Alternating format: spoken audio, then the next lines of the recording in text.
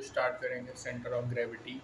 देखो अपन ने जानते हैं कि अपन को एक्सपीरियंस है बैलेंसिंग हमारे notebook on the tip of finger. Illustrate करेंगे एक सिंपल एक्सपेरिमेंट जो कि इजीली परफॉर्म होगा। टेक करोगे इरेगुलर शेप्ड कार्डबोर्ड और narrow tip objects like a pencil. तुम लोकेट करोगे, ट्रायल करोगे और एरर करोगे point G on the cardboard जहाँ पे बैलेंस्ड होगा on the tip of the pencil. जो कार्डबोर्ड होगा रिमेन हॉरिजॉन्टल होगा इस पोजीशन में। जो पॉइंट होगा बैलेंस होगा वो सेंटर ऑफ ग्रेविटी होगा ऑफ द कार्डबोर्ड। जो टिप ऑफ द पेंसिल है वो प्रोवाइड करेगा vertically upward force due to which cardboard mechanical equilibrium में होगा।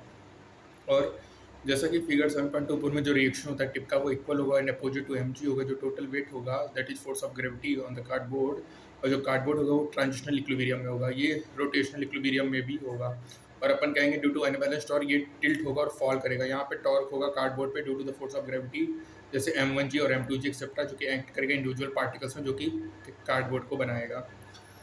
जो सेंटर ऑफ ग्रेविटी होती है कार्डबोर्ड की वो लोकेटेड होती है। टोटल टॉर्क जो होता है ड्यू टू फोर्सेस वो जीरो होगा। आर क्या होगा, position vector of its particle होगा एक्सटेंडेड बॉडी का with respect to centre of gravity. जो torque about centre of gravity होगा due to the force of gravity of the particle होगा torque one r1 m1g। जो total gravitational torque होगा about the centre of gravity वो zero होगा। ठीक है, जो टोटल टॉर्क होगा about the centre of gravity वो जीरो होगा। और अपन यहाँ पे डिफाइन करेंगे कि centre gravity of body as a point होता है जहाँ पे टोटल ग्रेविटेशनल टॉर्क बॉडी पे जीरो होगा। और अपन नोटिस करेंगे 7.33 में कि जो जी होता है वो सेम होता है ऑल पार्टिकल्स के लिए और ये कम आउट होता है समेशन से। और जो गिव सिंस जो जी होता है वो नॉन जीरो होता है। रिमेंबर करना पोजिशन वेक्टर टेकन होगा with respect to centre of gravity और according with the reasoning given below जो सम होता है जीरो होगा। जो ओरिजिन होगा must be centre of mass of the body होगा। जो सेंटर ऑफ ग्रेविटी होगा बॉडी का वो कॉन्साइड करेगा सेंटर ऑफ मास से। और अपन नोट करना कि दिस इज ट्रू होता है बिकॉज जो बॉडी होता है वो बीइंग स्मॉल होता है और जी जो होता है वो वेरी नहीं करता point of the body to the other. If the body extended हो तो जो वेरी करेगा from part to of the body then the centre of gravity and centre of mass will not coincide. Basically देखो दो different concepts होते हैं। The centre of मास होता है वो नथिंग है to do with gravity, it depend करेगा distribution of mass of the body पे।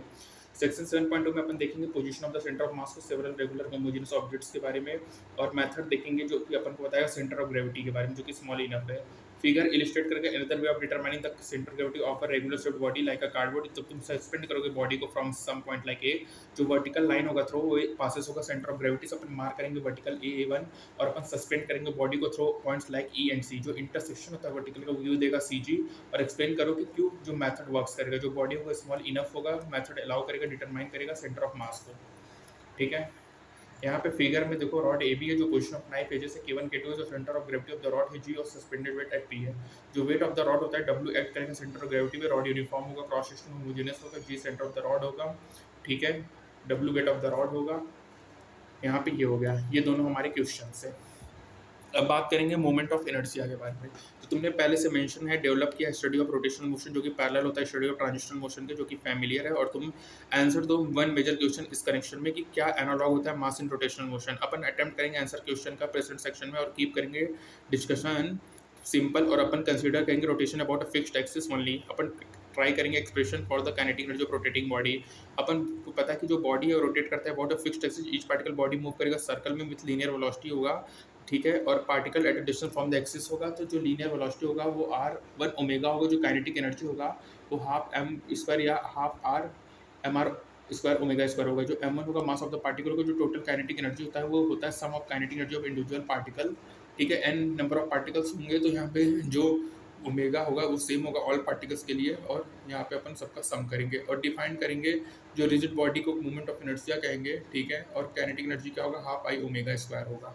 ठीक है, और यहाँ पे देखो जो पैरामीटर आई है वो इंडिपेंडेंट होता है मैग्नीट्यूड ऑफ एंगुलर वेलोसिटी से। ये कैरेक्टरिस्टिक होगा रिजिड बॉडी को एक्सिस होगा जिससे वो रोटेट करेगा। ठीक है, kinetic energy of rotating body होगा, kinetic linear transitional motion half mv square होगा, m मास ऑफ बॉडी होगा, v वेलोसिटी होगा। ऑलरेडी नोट करो angular velocity omega with respect to fixed axis, linear velocity v। जो moment of inertia है वो desired rotational law of mechanics in rotations में जो moment of inertia play करेगा similar role as mass does in linear motion. अपन apply करेंगे definition को और कैलकुलेट करेंगे मोमेंट ऑफ इनर्शिया को टू सिंपल केसेस। कंसीडर करेंगे थिन रिंग ऑफ रेडियस और मास होगा, रोटेट करेगा और on plane around centre with angular velocity omega, each mass element running distance r होगा। ठीक है, यहाँ पे काइनेटिक एनर्जी का half mv square half mr square omega square होगा। ठीक है, i mr स्क्वायर होता है फॉर द रिंग के लिए। ठीक है, टोटल मास m है। अब रिजिड मासेस रॉड है, लेंथ है, स्मॉल मासेस है, रोटेटिंग है। Centre of mass perpendicular the length m/2 at distance l/2 from the axis, जो मोमेंट ऑफ इनर्शिया होगा मासेस का वो होगा ml²/4, ठीक है। और मोमेंट ऑफ इनर्शिया होता है safe solid about specific axis का। बच्चों जो मास ऑफ बॉडी होता है resistive change in state of linear motion करेगा, ये मेजर करेगा inertia in linear motion. Similarly बच्चों मोमेंट ऑफ इनर्शिया होता है अबाउट गिवन रोटेशन, रजिस्टर का चेंज इन रोटेशनल मोशन को it can regard as measure of rotational inertia of the body होगा। ये मेजर करेगा जिससे different part of the distributed होगा different distance from the axis में। मास ऑफ द बॉडी जो moment of inertia ये fixed quantity नहीं है, डिपेंड करेगा ओरिएंटेशन पोजीशन ऑफ एक्सिस पे with respect to the body as a whole. As measure of the weight mass of rotating body is distributed with respect to the axis of rotation. अपन define करेंगे the radius of gyration, ये related होगा moment of inertia and total mass of the body से।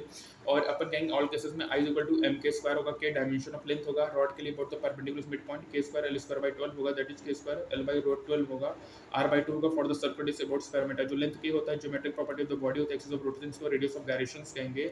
जो radius of gyration होता है body about an axis वो defined होता है distance from the axis of mass point, उस मास इक्वल होगा मास ऑफ होल बॉडी और उस मोमेंट ऑफ इनर्शिया इक्वल होगा moment of inertia of body about that axis.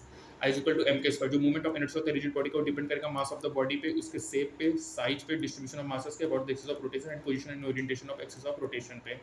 बच्चों पर इन्फेयर करेंगे dimension of moment of inertia को ml स्क्वायर होगा, SI यूनिट होगा kg/मीटर स्क्वायर। जो प्रॉपर्टी होगा एक्सट्रीमली इंपॉर्टेंट होगा। I मेजर होता है rotational inertia of the body को, जो कि ग्रेट प्रैक्टिकल यूज होता है मैकेनिक्स में। अपन स्टीम इंजन और जो ऑटोमोबाइल इंजन होता है वो प्रोड्यूस करता है rotational motion have a disc with large moment of inertia, इसको अपन फ्लाई व्हील कहेंगे। और इस लार्ज मोमेंट ऑफ इनर्शिया की वजह से जो फ्लाई व्हील होता है वो रजिस्ट करता है सडन इंक्रीज और decrease the speed of the vehicle को, और ये अलाउ करेगा gradual change in speed and prevent करेगा जर्की मोशन को, इंश्योरिंग करेगा smooth ride for the passenger on the vehicles.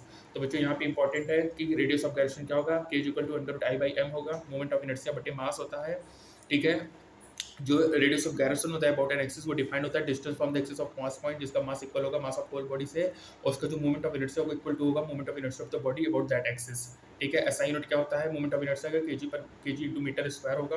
ये किस पे डिपेंड करेगा, मास ऑफ द बॉडी पे, शेप एंड साइज पे, डिस्ट्रीब्यूशन ऑफ मास पे, about the axis of rotation, position पे and orientation of axis of rotation पे, ठीक है।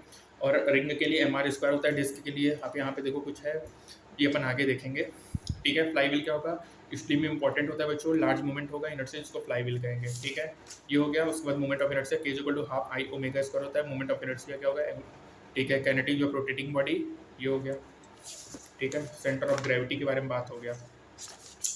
तो यहाँ पे ये हमारा पार्ट कंप्लीट हुआ 7th वाला। Thank you.